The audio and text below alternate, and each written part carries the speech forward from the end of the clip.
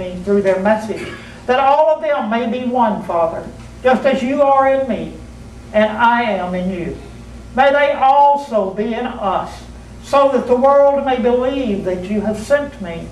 May they be brought to complete unity to let the world know that you sent me and have loved them, even as you have loved me.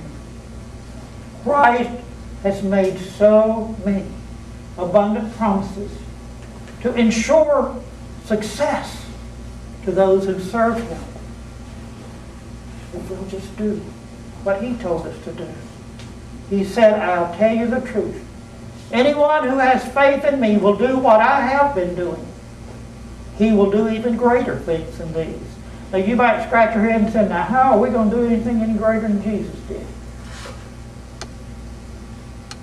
Look around you. In Jesus' day and time, there were no microphones, there were no video cameras, there were no television. Look at the advancements in technology that God has blessed us with, that Jesus didn't have in his day and time. They're there for us to use, for us to appropriate and use in spreading the message of Christ. Amen. Even if the church is composed of poor people, of people who are not theologically educated, if we are believing people, if we're trusting people, if we are praying people, then our influence can be felt for all eternity. If we just go out in simple faith, relying on the promises of God, believing that he's going to do what he told us he would do and meet our needs, we will accomplish great things in God's name. If we let our light shine, like Jesus said in the Sermon on the Mount, then Christ will be glorified in us. And his kingdom will be advanced through our efforts. And we will develop Christ-like spirits. We will become living Bibles to the world. We will negate our egos. And we will shine as Christ's light in the world. Jesus told us in Mark 13 to be working in the kingdom until he returns. He said it's like a man going away.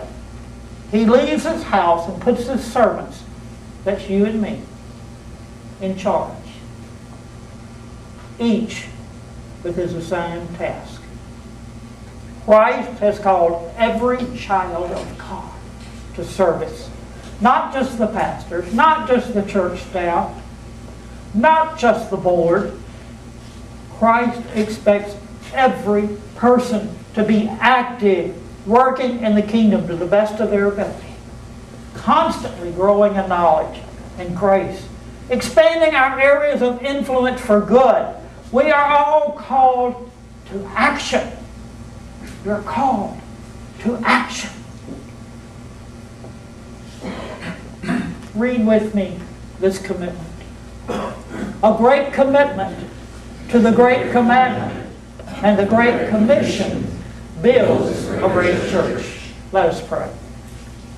Oh God, our Creator, our Redeemer, and our Sustainer, help every one of us to constantly be alert.